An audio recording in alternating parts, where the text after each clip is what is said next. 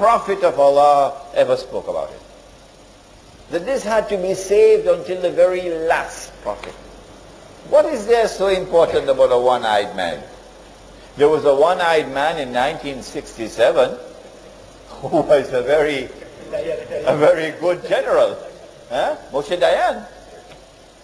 There was a one-eyed man who led the British fleet to defeat the French at Trafalgar. Lord Nelson. So one-eyed men could do great things. So what is there so significant about Dajjal's one eye? Maybe it is not to be understood literally. Let's see. Dajjal has the word kafir written between his eyes on his forehead. Kafir.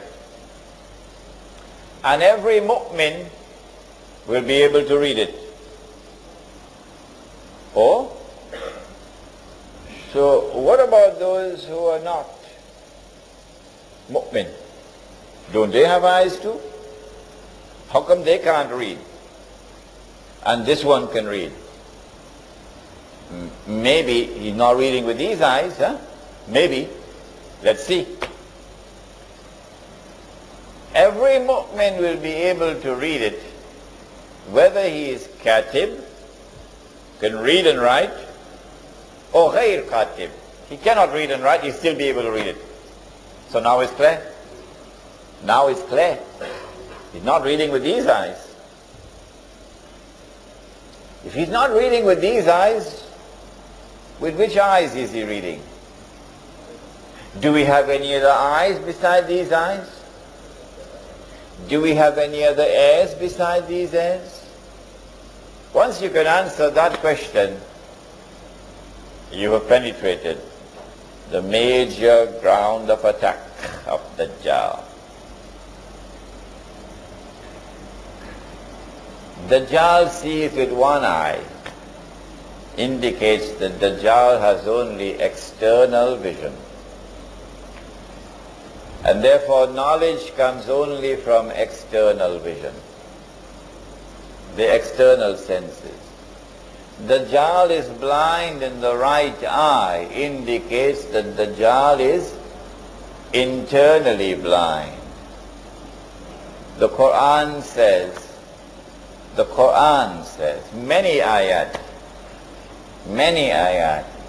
the Quran says that the heart, when the heart has iman in it, and when Allah confers upon it nur, like Maulana Abdul Alim Siddiqui rahimahullah, when Allah confers upon it nur, then the heart can see, and the heart can hear. And so Dajjal is blind in the right eye, Dajjal is internally blind. When Dajjal launches his attack, therefore, what he does is that he reduces people to a state of internal blindness. They see with only their external vision now. But said the Prophet ﷺ, Dajjal comes with two things. What are the two things? A handphone and a computer?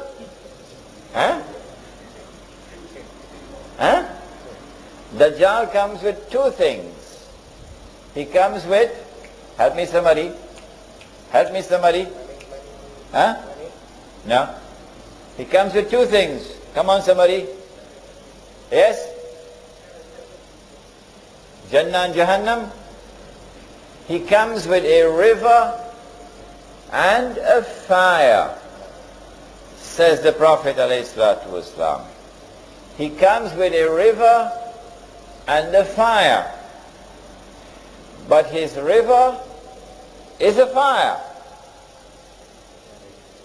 And his fire is the cool waters of a river.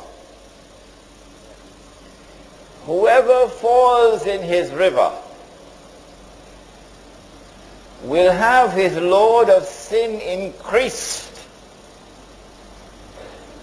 And whoever falls falls in his fire would be relieved of his load of sins.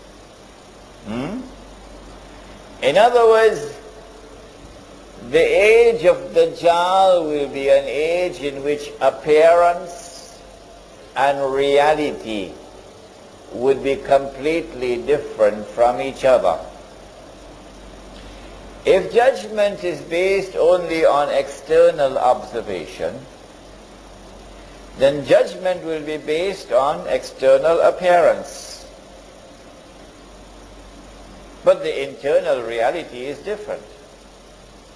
And so judgment would be wrong. And this is why Surah Al-Kahf has given us the story of, come on somebody, of yes, of Musa alayhi salam and Khidr alayhi salam. Musa alayhi salam, because of a certain answer that he gave, we don't have the time to tell you the story now. He's now seeing with only his external sight. And on 3 occasions he formulates judgment based only on external observation. Number 1, the boat. The boat? The boat? How come only some people are shaking their heads and the others are looking at me strangely?